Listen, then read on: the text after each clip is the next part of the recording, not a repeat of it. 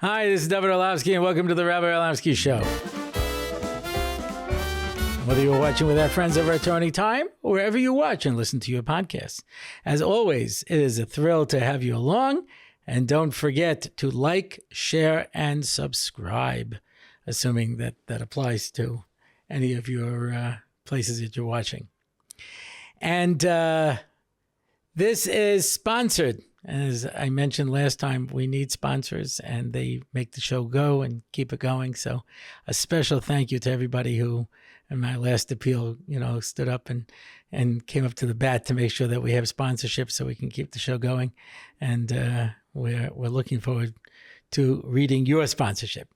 Sponsored anonymously with tremendous gratitude to Rabbi Orlofsky Shlita, that's me, for making so many people's lives happy and meaningful. Thank you. I cannot think of a better epitaph than to say that I was able to make people's lives happy and meaningful. I was asked once, what do you want people to say at your levaya? Look, he's moving. But short of that, making people's lives happy and meaningful would be just as good. I don't know, it would be just as good, but it would also be good. I think he's actually moving would be better. All right, that brings us to the question and answer portion of our program. Not really. That is usually at the end, but there's one question that I decided to start the show with. By Yedidya Schaeferman. You once gave a shir and mentioned Planters peanuts. It was one of the best shirim I ever heard. Could you do the same topic in a podcast? Okay. That's why we started with that question. Because, I take requests. We take requests. I don't know if I've ever done this on a podcast before, but if I did, I'm going to do it again. I know there are those of you out there who listen to every single shir I have ever given and remember things that I don't. And I had somebody come and join as a live audience at one of my podcasts. And at the end, he said to me, you didn't say one thing I haven't already heard. So, and I didn't do that because I was repeating. I just don't remember. I don't remember what I say. I was in America recently, and someone came over to me and said, I was in high school when you were recruiting for Dovid, and I still remember what you said. Now, that had to be 30 years ago. Yeah. He says, during the question answer part, somebody asked, how do your boys come back from Israel? And you said, on a plane. Now, I don't remember having said this. Every now and then I see quotes from me that I have no recollection of. My daughter was listening to a shir, and this person quoted me on the shir. She says, Abba, listen to this. And I don't have any recollection of ever talking about this topic. It was the famous Gemara with Rav Preda, where Rav Preda had a Talmud who had a lot of trouble learning, and he had to repeat everything 400 times till the kid chopped it. So one time he says, after we finish learning, I'm going to a Sheva Brachas, whatever. And he did it the usual 400 times, and the boy didn't chop it. And he says, what happened today? He says, I was nervous the whole time you were going to leave. He says, no problem. I'm not going. And he did it another 400 times. And the boss call came out and said, Rav Preda has a choice that he can become Ben Olam Haba or have a very, very long lifespan. So the person who was giving the shir asked, okay, Rav Preda got this boss call. Why didn't the boy get it? The boy sat there and learned the same thing for 800 times until he chopped it. Why didn't he get it? He says, I once heard David Orlofsky answer this question. I have no recollection of ever talking about this Gemara, ever. Yeah. He says, why didn't the boy get a baskol? And Rabbi Orlofsky said, because the baskol didn't want to have to repeat itself 400 times. That happens to be brilliant, but I don't remember ever saying it. I remember half the stuff I say. So when people ask, oh, could you say this over again, etc. It could be I talked about this on a different podcast. I don't know. I don't remember, but it could be. We have 250 podcasts, give or take. I didn't go back and re-listen to all of them. Not that I wouldn't, because I'm listening to my podcast is still the most enjoyable thing I can think of, even for myself. And because I have no memory, I'm listening to this and I'm like, oh, this is the first time I'm hearing this.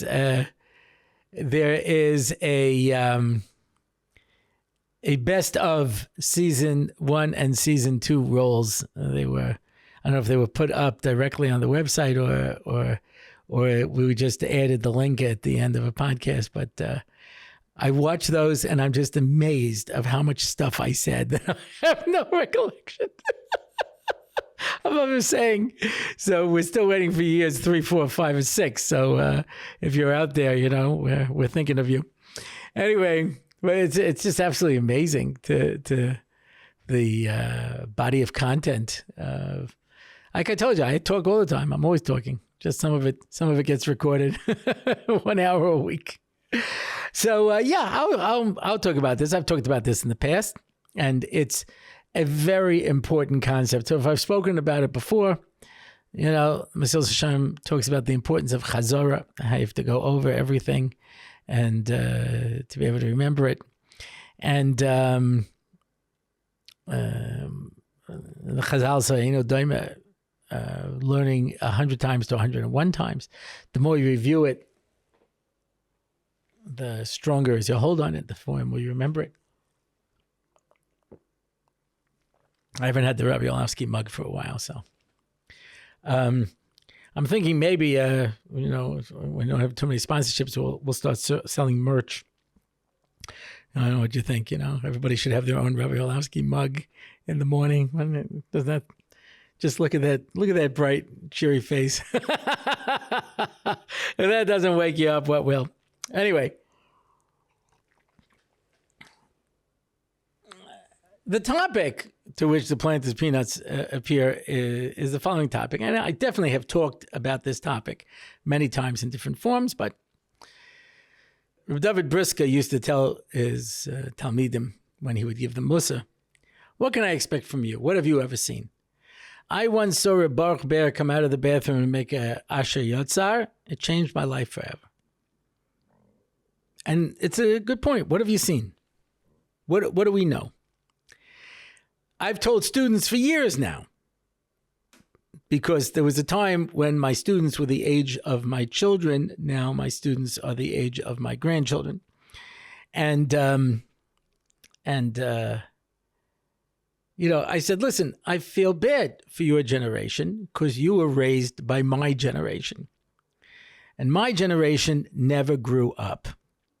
My parents were adults. My father and mother went through the Depression. People who went through World War II, they were called the greatest generation. My father went out, started a business with nothing. Had nothing. He had to borrow the money to buy the business. He worked Yom V'Layla, and he bought a house. Nobody helped him with the house, and he supported his family, and he did what he had to do.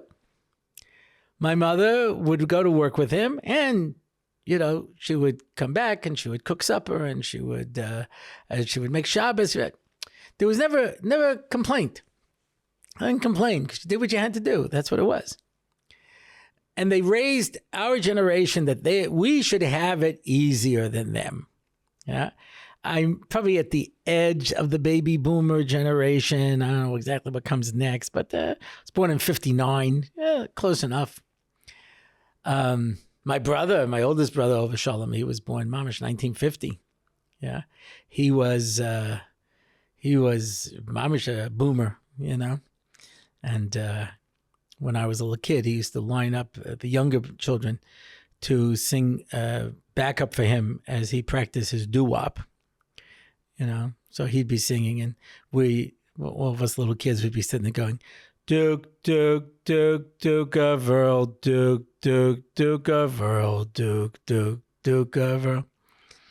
Which explains why I turned out the way I did, because when other children my age were memorizing Mishnayos, I was doing Duke of Earl, Duke, Duke, Duke of Earl. But, we were raised with a sense of entitlement where my father grew up in a house where they only spoke Yiddish and in poverty. And we grew up middle class and Americans, entitled, and everything was coming to us. It was a sense. But we at least still had a sense of priority, right? I never called one of my parents' friends by their first names. I would never think of it. It was Mr. This and Mrs. That and Miss This and Dr. This you spoke to people with a sense of respect. At some point, they came up of using your first name when they would call you. And I know somebody who they called them up and said, "Hi, is this Steve?" And he says, "This is Mr. So-and-so. Yes. How can I help you?" "Oh, you're my buddy. You're calling me my first name." You conducted yourself with a sense of there are adults and there are children. When I was growing up, it would never occur to a kid when their parents told them something to say no. You did what you were told. You might not be happy about it. You might mumble and grumble, but you did it. There was still a sense that there was something in society. You had your school clothes and your play clothes. You would go to school and you'd wear a nice shirt, nice pair of slacks, and you didn't wear sneakers. You had a pair of shoes, and these were your school clothes. When you came home, you changed into your dungarees, and your polo shirt, and you went outside to play, and your sneakers to go outside and play, your kids, and you set aside your school clothes and you kept them nice. There was a sense of, I'm going to school, and there's a way you go to school, and there's a way you behave, and there's a way you talk, and people didn't scream, people didn't run around, there was a certain sense of discipline that we had, even though we were brought up as spoiled brats and entitled. Yeah. The next generation, forget about it. Everything was coming to them. I've told this story, I'm pretty sure. My aficionados will, I'm sure, remind me where and when. But I have a friend, and he said that his cousin, his daughter got married to a young man, and he supported them. He himself supported them in Israel for years. Well, he was learning. And he paid their rent, got them, gave them, credit card for food. They would go out to eat, and clothing, whatever they needed for themselves and for the children. He mamish footed the whole bill for years. Finally, he decided that he had enough of learning and he wanted to become a lawyer. And he wanted his shver to pay the tuition for NYU law school. And he says to him, "Listen, I can't afford NYU tuition. It's too much money. But I'll pay for a state school." They broke off relations. They stopped talking to him. Wouldn't let him see their grandchildren. You don't give me what I want? Forget it. We want nothing to do with you ever again. As an Israeli fellow, he told us this story. He says, this wealthy fellow came over to him and said, "Can I borrow money?" He said, "Sure, but don't you have enough money?" He says, "It's all tied up in investments." He says, "Yeah, of course. I trust you impeccably. I'll lend you whatever I can afford. I'll give you, sure." "Why?" He says, "Because my daughter got married to a boy, and as part of the arrangements, I promised to buy an apartment. But I don't have the money right now because it's all tied up in investments. So I'm paying their rent in a very nice apartment. And I got a hazmana to Beis Din. The boy is taking me to Beis Din to demand his apartment. So I'm going to buy them an apartment right next to his parents. And that's it. You're done. You're going to take me to Baston? Sue me that I should buy you an apartment? The sense of entitlement is frightening. It's absolutely frightening. And the next generation, forget about it. They don't even try to discipline them.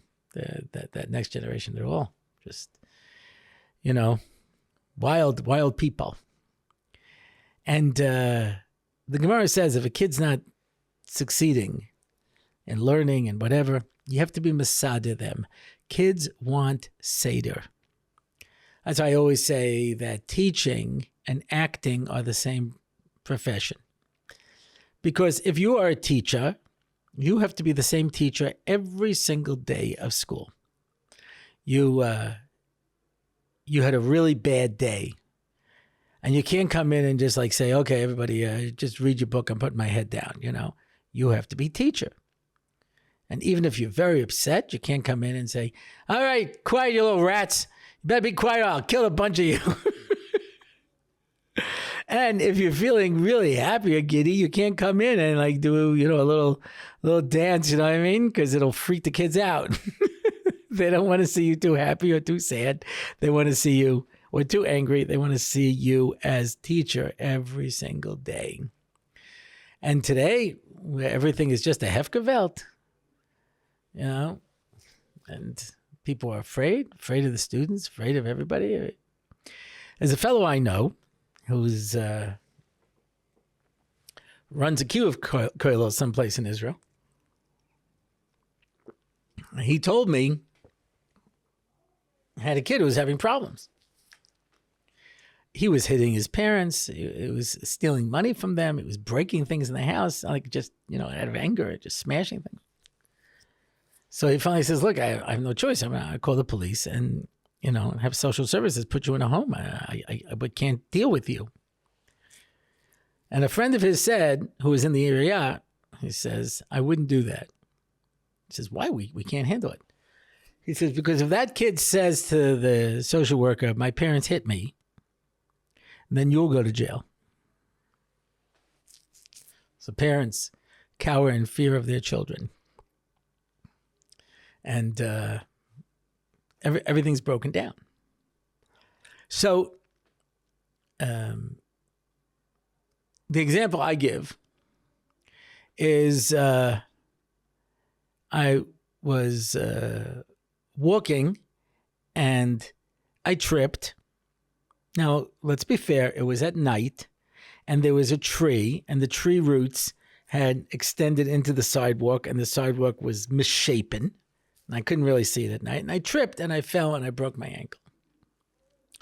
And I was taken to the emergency room.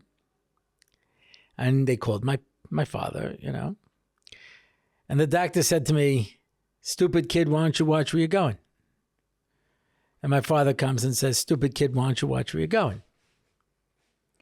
Now, this could have happened in front of somebody's store, and the storekeeper would have come out and said, stupid kid, why don't you watch where you're going? And that was considered, you didn't watch where you're going, you tripped, it's your fault. So the moral of the story is, next time you'll watch where you're going. You'll be more careful. Today, I'll sue the shopkeeper. I'll sue the homeowner who didn't take care of the sidewalk. I'll sue this one, I'll sue that one. Because it can't be it's my fault. It can't be it's my fault. They have no fault insurance. No fault insurance says no matter what happens, it's not my fault. Because being an adult means taking responsibility, achrayus. That's what it means to be an adult. I take achrayus. I am responsible. And that's why I point out Ronald Reagan was an adult. Yeah. When the suicide bomber blew up the barracks in Lebanon, the American troops, and over 200 servicemen were killed, he got on television and he said, I'm the commander-in-chief and nobody else to blame but me. You point your fingers at me, I'm the one who's responsible.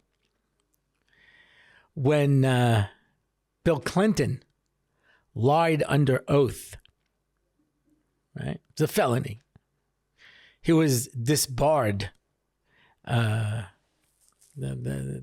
Bar Association kicked him out as a lawyer because he lied under oath. You're not allowed to be a lawyer. Or as Jackie Mason put it, he's such a liar, he can't even be a lawyer. His defense was, it's not my fault that I lied. They shouldn't have asked me the question. Oh, okay. Now I understand. It's not your fault that you lied. You had no choice. They asked you a question. I wouldn't have lied if they didn't ask me the question. Because that generation does not assume any responsibility. Nothing is my fault. Nobody wants to take responsibility. No one wants to be a grown-up. I used to teach in a seminary, and sometimes the mothers would come and sit in class with their daughters. And not everyone, but very often they would come in. They were wearing a full and a baseball cap, a jean skirt, sneakers and push-down socks, chewing gum. I don't let gum chewing in my class, but can't really discipline the parents. And you didn't know who was the teenager and who was the adult. You're like, don't you have to grow up at some point? Don't you have to become an adult? It's not even a value today. It's not even a value to be an adult. Tom Hanks, who has been at this point in about 450,000 movies.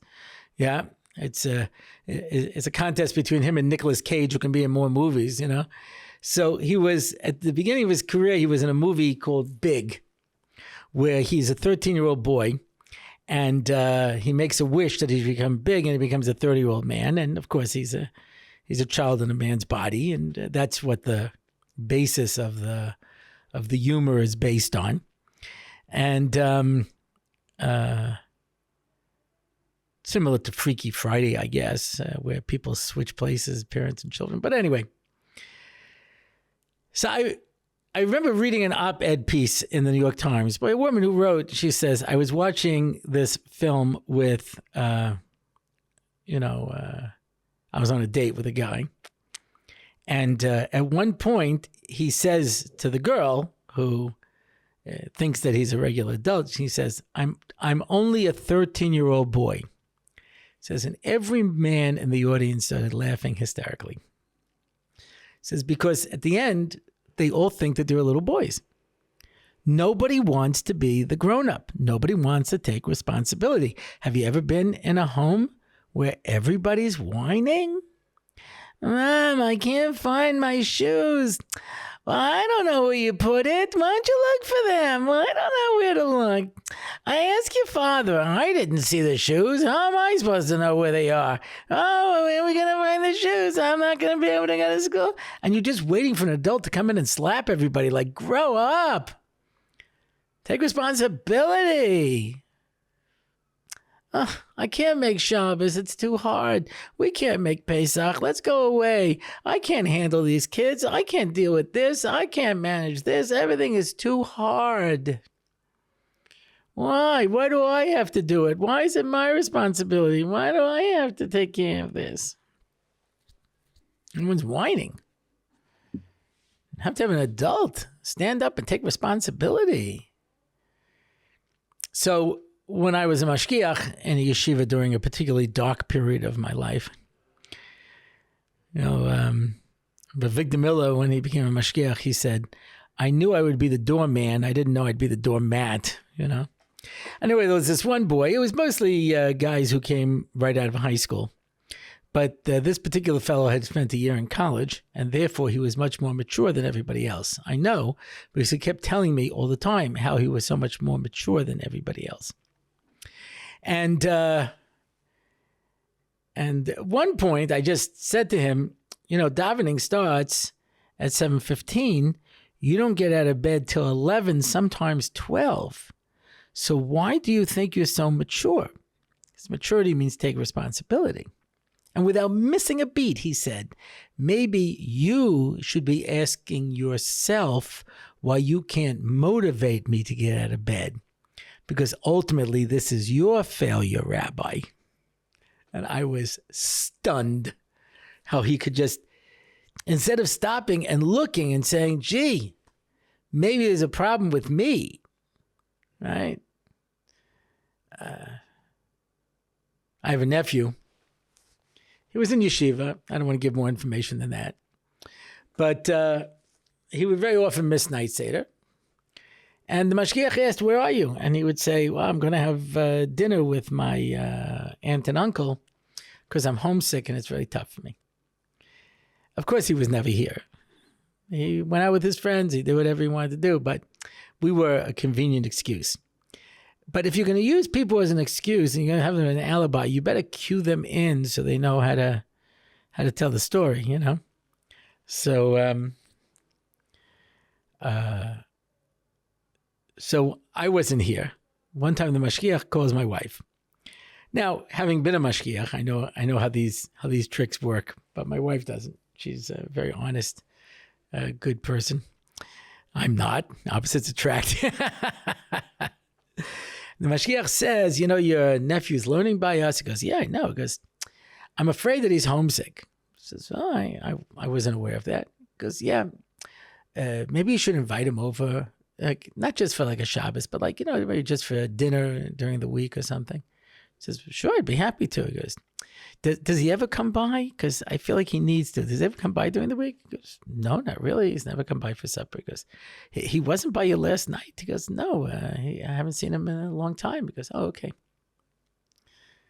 So the next day he goes over to him and says, so where were you last night? I said, I told you I went to my aunt and uncle.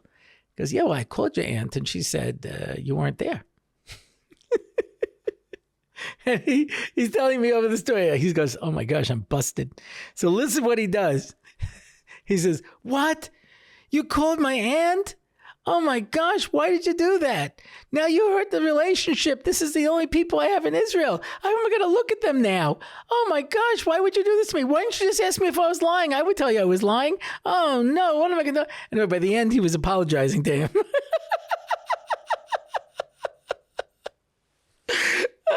Absolutely brilliant. Absolutely brilliant.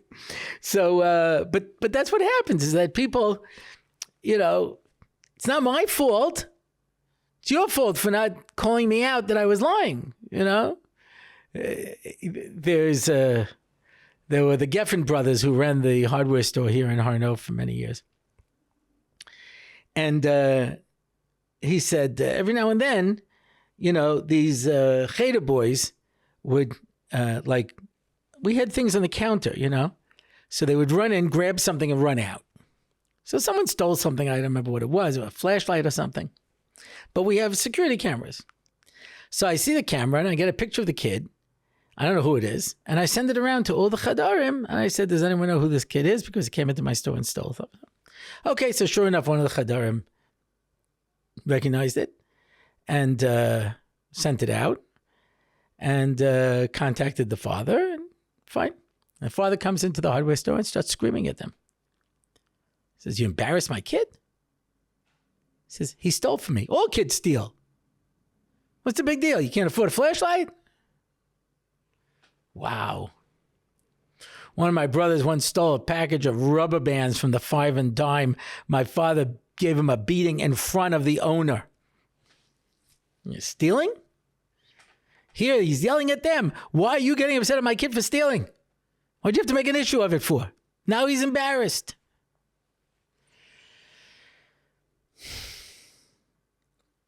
After Rabbi Findel retired from the Hebrew Academy of Nassau County, Rabbi Gottesman became the dean. And he asked me the following question. Listen to this question. He says, this kid was 17 years old, and his father bought him a new car. And a week later, he smashed it up, smashed into a tree, totaled the car. So he bought him another car. And he was with another boy from school, and they were going to a hockey game, and they were late. And he ran through a crosswalk and hit a lady. And the other boy said, you hit that lady? He goes, I know, but we're late.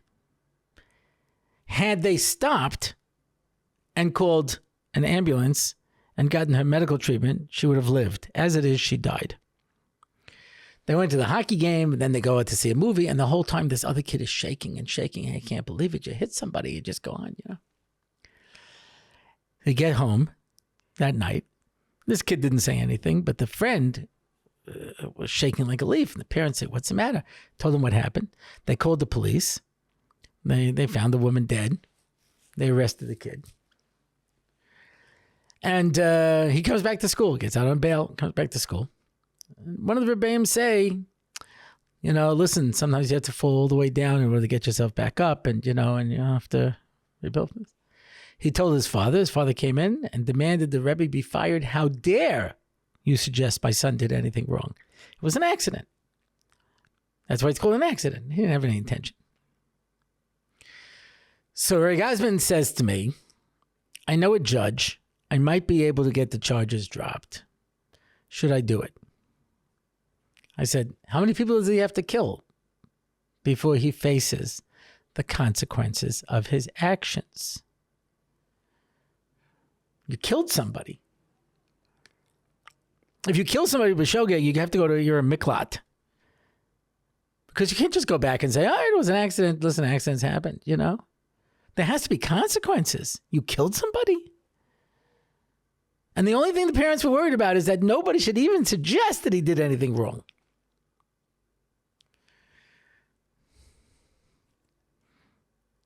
I was mashkiach in a yeshiva.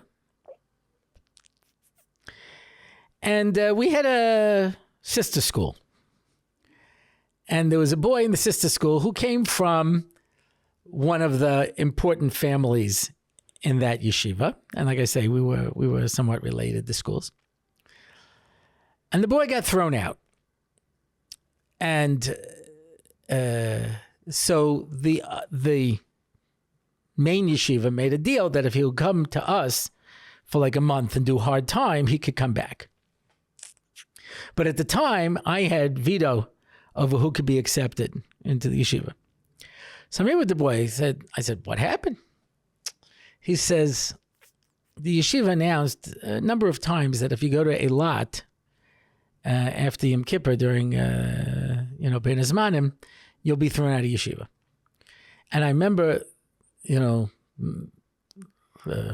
Mashiach, the Rosh Yeshiva, spoke just before Ne'ilah on Yom Kippur and reminded everyone, you're not allowed to go to Eilat. I actually thought of not going, but I already bought the tickets, so I went and I got caught. So I said, okay, what do you want to come here for?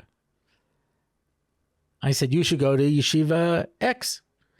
He said, well, I don't want to go there. It's a bummy place. I said, that's because you're a bum. So you should go to a bummy yeshiva because you have no moral compass whatsoever.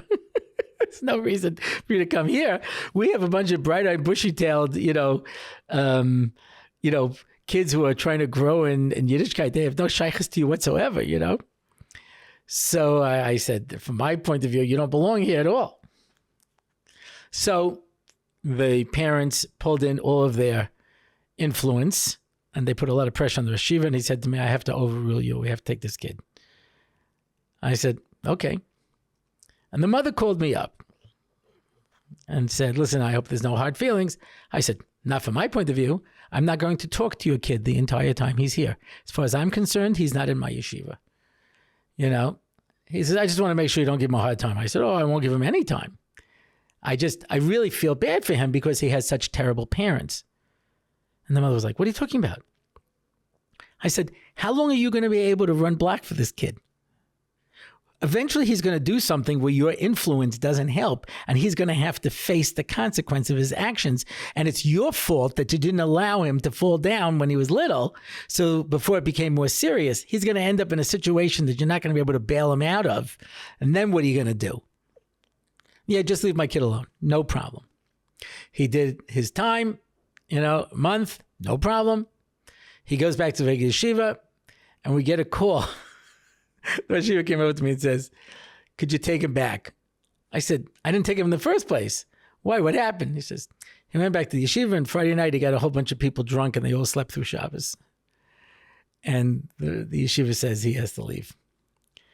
I said, oh, why isn't the parents call up and use their influence and keep them in, I said, because you just go from bad to worse. If you never take responsibility, at some point you have to do it. So, there's an award that's given out every year based on the lady from McDonald's. This woman bought a coffee at McDonald's and was driving and was holding it in between her thighs.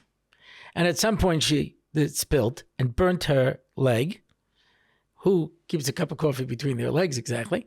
And it burnt it. She crashed and she sued McDonald's and she won because they sold me a hot cup of coffee.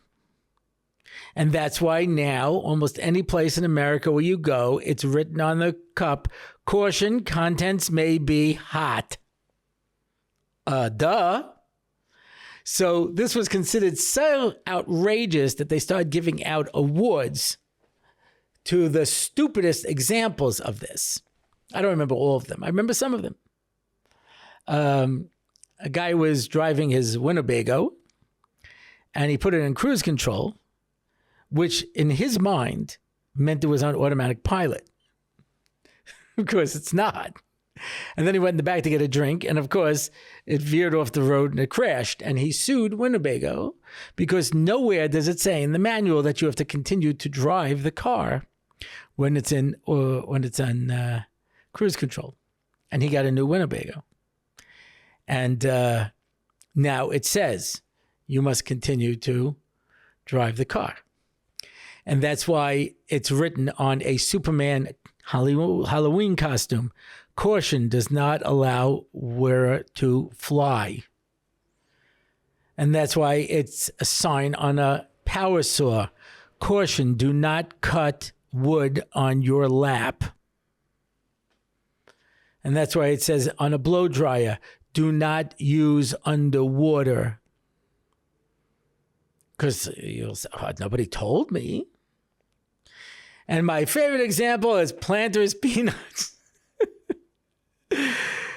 Planters Peanuts is called Planters Peanuts because it's peanuts. The jar is shaped like a peanut. The mascot is Mr. Peanut, who is an actual peanut with a top hat and a monocle. And on the side of the jar, it writes, caution may contain peanuts. Because it's not my fault. How did I know there were peanuts in there? It's called Planters Peanuts. And therefore, the attitude is, I cannot be held responsible. It's not my fault. And therefore, we never are expected to face the consequences of our poor decisions. And the poor decisions just go from worse to worse, and everyone pays the price. And that's why these Soros-backed DAs who come in with an attitude of letting criminals out, and you have people who've committed crimes 30 and 40 and 50 times who go out and just no bail, no this, just keep doing it over and over again. Why shouldn't they? I don't know if anyone's ever seen those videos of like 80 people just attack a 7-Eleven and just trash the whole place and steal everything. And, what are you supposed to do? How do you stop them? Like a swarm of locusts descends on a field and eats everything and just destroys everything. And that's why the last Mishnah in Saita, which describes what's going to be B'maz Mashiach, is the young will have no respect for the old. Nobody will have respect for Torah. Children won't respect their parents. Everything will just fall apart. And it all comes down from one thing. No one wants to assume responsibility. Yeah. It's not my fault. Not my fault. I heard somebody speak about this I'm pretty sure I've mentioned in the past. I heard somebody speaking about the various social issues that the Frum publications like to write about each week, along with the disease of the week. My wife keeps making me doctor appointments every time another issue comes out with whatever the latest disease is, So, so they whatever the problem is, and this one social worker said none of these things are new. They were always there. There was always alcoholism. There was always abuse. There was all these things. There's only one phenomenon that's new, and that's young couples who get divorced in the first 2 years. That's become a brand new phenomenon. This never happened. And I've spoken to some of these couples, and they all say the same thing. Okay, he's crazy. She's crazy. Okay, that goes without saying. He's abusive. She's abusive. Okay, that goes without saying. But they have another line that they all use. I don't have to take this. I don't have to put up with this. I had plenty of people wanted to go out with me. What do I don't have to be treated this way. Because everybody was raised to think that you're the center of the universe. And then two centers of the universe collide. And there will be collateral damage. That's what happens. If I'm the most important person in the world, you're the most important person in the world. That's what ends up happening. It's all about me.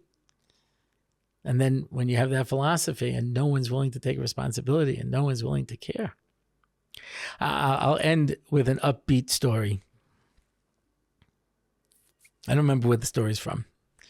I heard it many years ago. This guy gets married to his wife and he gives her as a ring his mother's engagement ring. Mother gave it to him to give to her. It's a mother's engagement ring. A very old ring. And it was a family heirloom.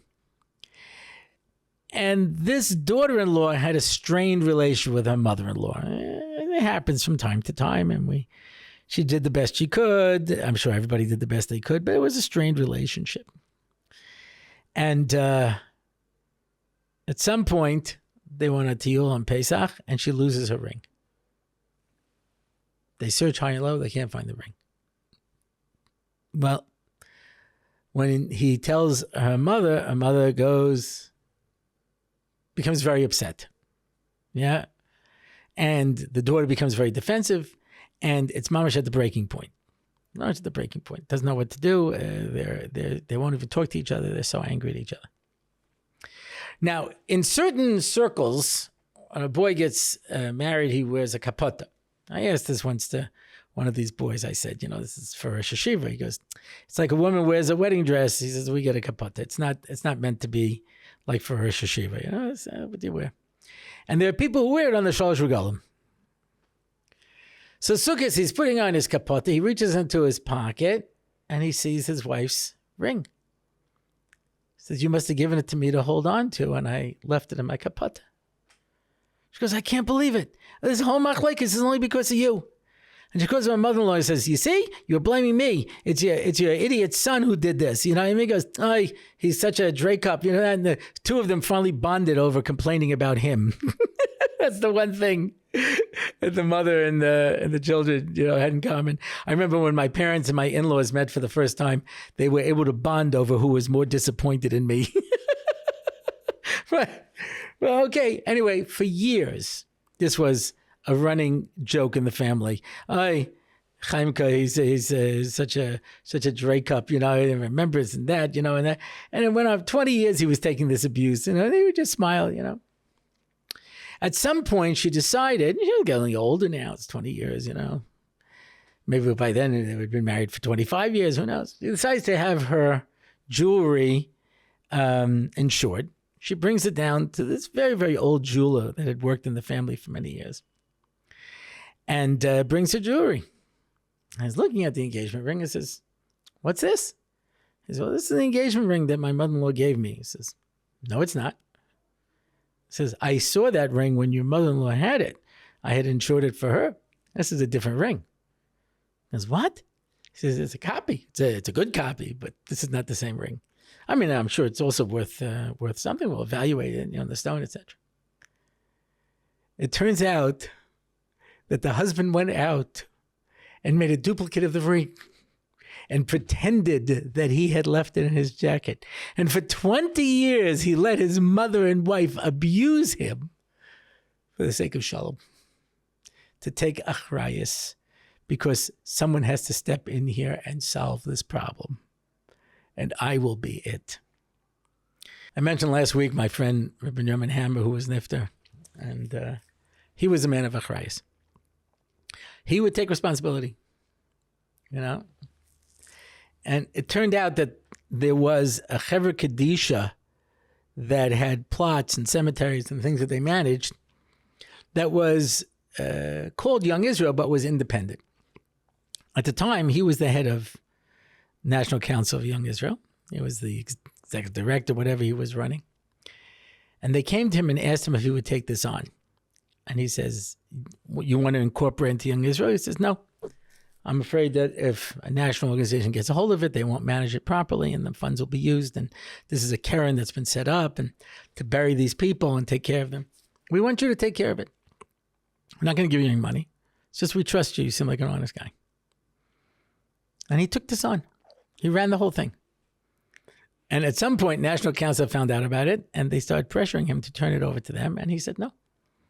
I was asked to keep this separate. I'm going to take care of it. He did this on his own. And whenever a situation would pop up, it was Barry who would jump in and deal with whatever the situation is. It's called an adult. It's a throwback. Well, taking responsibility. It's doing achrayus.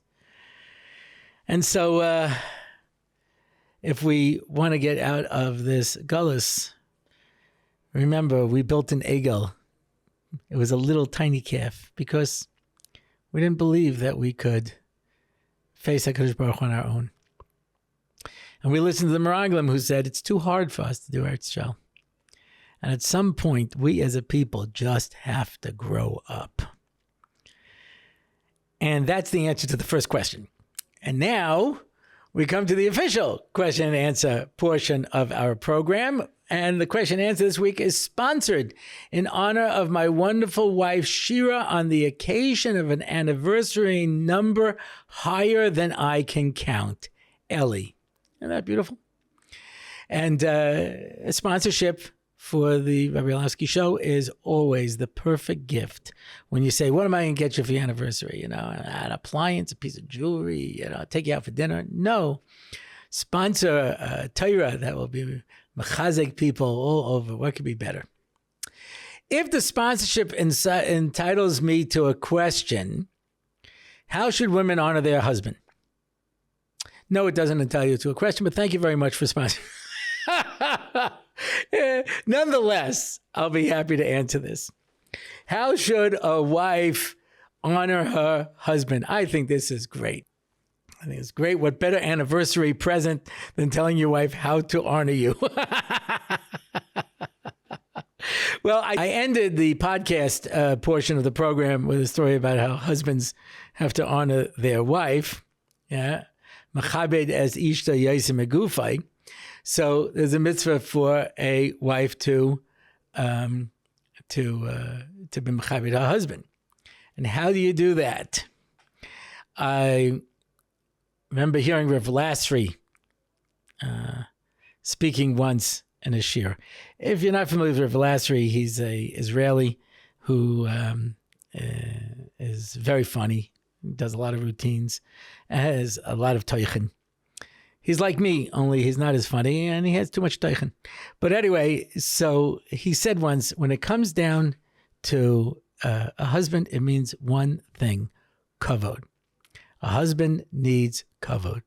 When I was growing up, there were a whole bunch of television shows like Father Knows Best, Make Room for Daddy, all these kind of shows where the father was smart and intelligent and capable, and the wife was smart and capable, and the children all honored their parents, and this was the way it went. But the wife, of course, recognized that the husband was the husband. Well, dear, don't you think you should? Yes. And then at some point, we entered into this era where every Abba is the butt of the joke, and they aren't being taken seriously, and everybody's laughing at them behind their backs. This was best illustrated to me once by one of my kids when I was complaining about, I don't know, something of how the kids were treating me or whatever it was, you know. And my kids, there's a word in Hebrew, it's called nechiti. It's like nebuch, you know what I mean? And they said, Abba, don't be nechiti. You sound like the Berenstein Bear Abba. And it hit me. That's the Berenstein Bears. Mama is in charge and she's responsible. She's this. And Papa is the butt of all the jokes. You know, when the children are being disciplined for eating too much junk food, so is he. When there's something going on, you know, they're procrastinating, so is he. Whatever the thing is, he's one of the kids, you know, and the strong female protagonist is there to give it over. But the fact where everybody is strong and everybody is, you know, working together, you don't have that anymore. And so when a wife mocks her husband at the Shabbos table in front of company or in front of the children, besides the fact that you're destroying the entire dynamic of the family, you understand? And the kids will not take Abba seriously and people will now laugh at him and this and that. He loses his covet, which is the most important thing. And so when you say, how is a wife machabed her husband? She is machabed her husband by giving him covet. And when you don't find that, then you have in Jewish history, Ashes Korach, you know, who makes her husband feel bad, makes him feel small, instead of building him up and making him feel like he's somebody choshev. And so, you know, I remember this wife telling me, I asked my husband to learn Gemara with the boys, and he doesn't really want to. I don't know if he really can. So I learn with them. But they say to me, it's not the same. No, it's not the same. The children should learn with their Abba. Their Abba should have. So it was a story with a Netziv where this guy is complaining, and he says, I get no respect in my home. My wife doesn't respect me. My kids don't respect me. What should I do? He says, start learning Night Seder. He says, no, but I have a problem in my house. Listen to me. Go out and just learn Night Seder. Don't say anything to anybody. Don't argue with anything. 6 months later, he comes back and says, it's a different home. My kids respect me. My wife respects me. But when a person is machabed, you know, and make sure that the children are machabed the father and they're machabed the father, it's the best gift you can give. It's for your husband, between me and you, it's for you, it's for the children, you know, it mamish is the part of the bedrock of what makes a Torah home. Okay, next question by Anonymous. Is music a gashmius pleasure or can it also be ruchnius? Pashtus is ruchnius. Pashtus. The Zohar Kodesh says that the Shari Nagina are next to the Shari Tshuva. Nagain, right? Music, I think it's the Gra says, is Nun Gan. It's the 50 levels that bring you up to Gan Eden. That's what music is. And music, you know how music works as an octave? Do, re, mi, fa, sol, la, ti, do. What do I need do again for? Because it comes around on a higher level. You go through all 7 notes and then you start again on a higher level. That's an octave. And it's like time itself. Like we have a week and then the next week is carrying on from the week before, the Kedusha of that Shabbos and moving you up. And music has that power. I'm pretty sure I told this story in the past. I was teaching the tefillas for the Yom Narayim when I was teaching, and I decided to, you know, of course, go over the niggin for night of Rosh Hashanah. I heard this. I don't know what the makor is, but I heard that the niggin that we sing Rosh Hashanah night goes back to the Beis HaMikdash. That's what I heard. I don't know if it's true or not, but I'm not Pesach Kron. I say whatever I hear, yeah. And I said, and we start Rosh Hashanah night. Ay, ay, ay, ay, ay, ay, ay. Ay, ay, ay, ay, ay. And all the boys joined in. Ay, ay, ay, ay. Ay, ay, ay, ay. Ay, ay, ay, ay. And I had to stop teaching. I was shaking. I was literally shaking. And I said, okay, we'll stop here. And I went to the office. And one of the other Rebbeim looked at me and I said, what's the matter? I told him what happened. He says, no, that's I think the Mata Moshe. I think it was the Mata. He says that the Nigunim that we sing on Rosh Hashanah and Yom Kippur by themselves have the power to be ma'ira you to tshuva. And that's what the Zaya means when he says the Shari Nagino next to the Shari Tshuva. The music itself is a transcendental experience. It speaks to something very deep inside of you.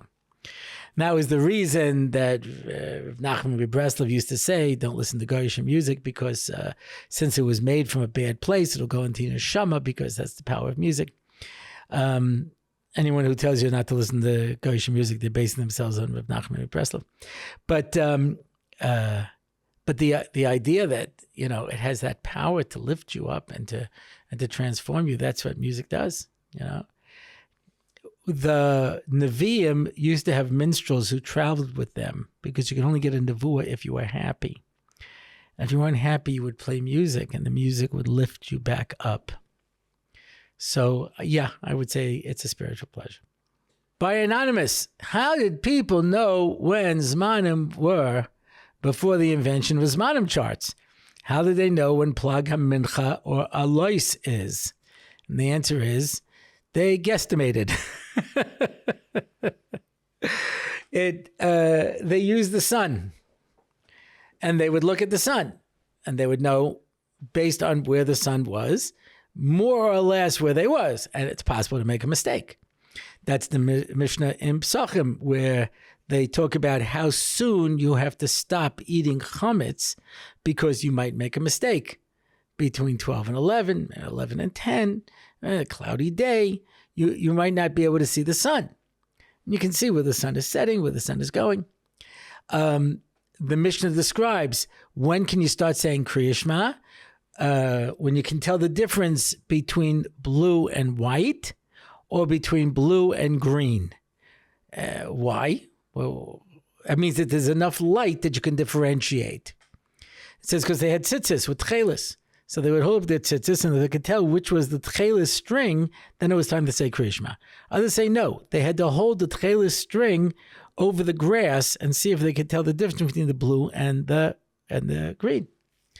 But Olas Shachar, I was once with a Rav who was into astronomy, and we were coming back, it was pretty late, and he says, you see in the distance over there on the horizon? It was middle of the night, it's pitch black.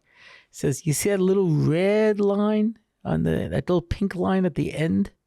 He says, that's called Olas Shachar. You could look and you could see where the light is starting to come back in. And that's why they would give you a shir. Tzeis HaKochavim. How do you know what time it is? When you can see 3 stars. Not small stars, not big stars, medium stars, It means they would go out and check for the stars. That's how they knew Tzeis HaKochavim. And Shkia, they would wait and watch till the sun disappeared. So that was it. So this Sosman Kriya Shema being at, 9:21, that they didn't have. They could just approximate based on where the sun was. What's the 3rd hour, the 4th hour, and based upon that, they would make, their time decisions. So it was not definitely not an exact science. They did the best that they could with what they had. The other ways of telling time, they had sand clocks, they had water clocks, they had candles that they would put notches on and light them and see, where they burnt down to. They had sundials, but that's just another way of telling the time from the sun, to be able to see it. And Again, on a cloudy day, it's the Gemara in Pesachim says, on a cloudy day, you can make mistakes. So you have to be more careful because of that, and you have to do it. So they worked with the tools that they had.